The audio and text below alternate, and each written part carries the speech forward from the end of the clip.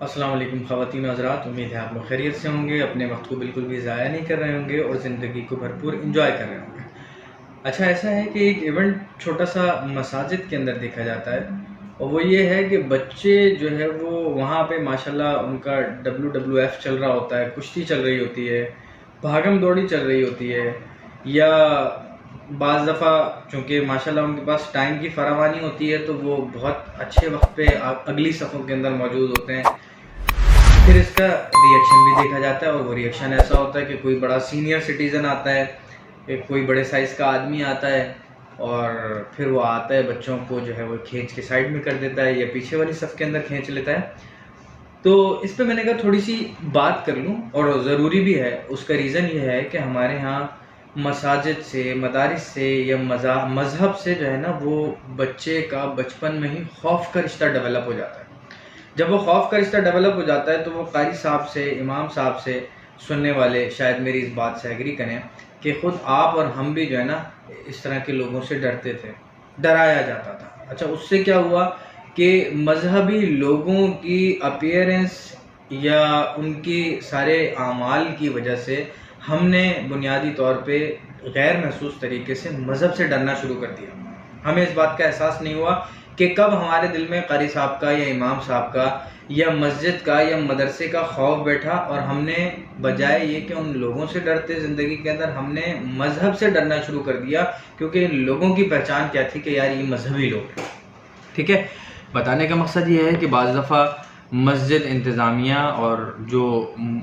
مسجد، مدارس اور مساجد والے لوگ ہوتے ہیں ان کی طرف سے بھی تھوڑی سی چوک ہو جاتی ہے، اور وہ بار بار مسجد کے اندر اس بات کا اعلان کرتے ہیں کہ بچوں کو جو ہے نا وہ پیچھے بھیج دیں، برائے مہربانی بچوں کو اپنے ساتھ مسجد کے اندر نہ لایا کریں۔ ٹھیک ہے، اچھا، ان کا اپنا پوائنٹ آف ویو ہوتا ہے اور وہ ایک حد تک صحیح بھی ہوتا ہے۔ وہ یہ کہ بچے لازماً جب ادھم دھاڑ مچاتے ہیں، ایون مجھے یاد ہے ہم لوگ جو ہے وہ جب چھوٹے چھوٹے ہوتے تھے تو تراویح چل رہی ہوتی تھی تو سائڈ میں بیٹھے رہتے تھے، جب امام صاحب رکوع میں جانے کے لیے اللہ اکبر کرتے تھے تو دھما دھم ریس لگی ہوئی ہوتی تھی، اور جا کے ہم فٹافٹ ایک دم رکوع کے اندر جا کے کرتے تھے، ہم اور ہمارے دوست یار۔ اس وقت چھوٹا بچپن کا زمانہ تھا، چیزوں کا اتنا آئیڈیا نہیں تھا،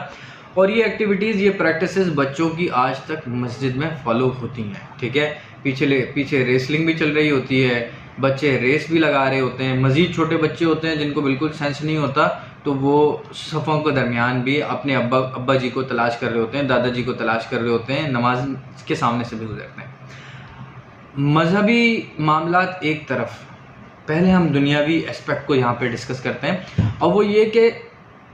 اللہ کا شکر ادا کریں کہ بھائی آپ کا بچہ مسجد تو آ رہا ہے، یہاں نہیں آئے گا تو کسی اور ایسی جگہ جائے گا کہ جس کے بارے میں اگلے 20 سال کے بعد آپ کو شکایت ہوگی کہ یار ہمارا بچہ جو ہے نا وہ فرما بردار نہیں رہا، اوبیڈینس ہی نہیں ہے اس کے اندر۔ آپ کو شکایت ہوگی کہ یار یہ گانے سننے والا ہے، یہ اس طرح کے مزاج کا ہے، یہ ماں باپ کے جو ہے نا وہ خدمتگار نہیں ہے۔ جبکہ مدرسہ مسجد سے جڑا رہے گا، مذہب سے جڑا رہے گا، اسلامی اقدار سے، فیملی کے ویلیوز سے جڑا رہے گا، تو اس کی پریکٹسز ڈیفرنٹ ہوں گی، جس طرح آپ نے اینڈ پروڈکٹ دیکھی بھی ہوگی۔ ٹھیک ہے نا، اینڈ پروڈکٹ کا میرا مطلب یہ ہے کہ مذہبی مائنڈ سیٹ کے لوگ نسبتاً مذہب کی وجہ سے، آپ صلی اللہ علیہ وسلم سے محبت کی وجہ سے، یا مذہب کے اندر جو والدین کے مرتبے رکھے ہیں اس وجہ سے والدین کے خدمتگار زیادہ ہوتے ہیں، سچائی والی زندگی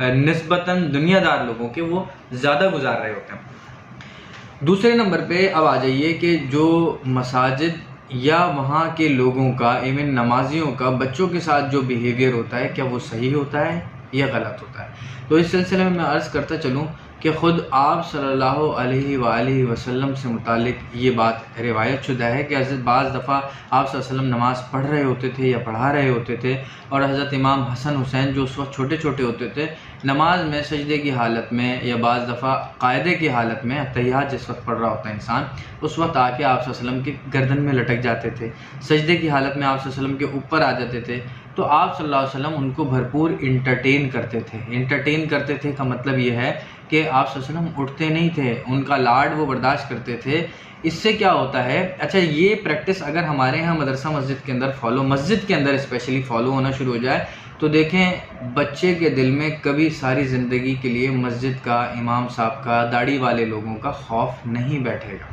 ٹھیک ہے، یہ ایک بہت آسان سی پریکٹس ہے۔ آپ صلی اللہ علیہ وسلم نے نماز کے اندر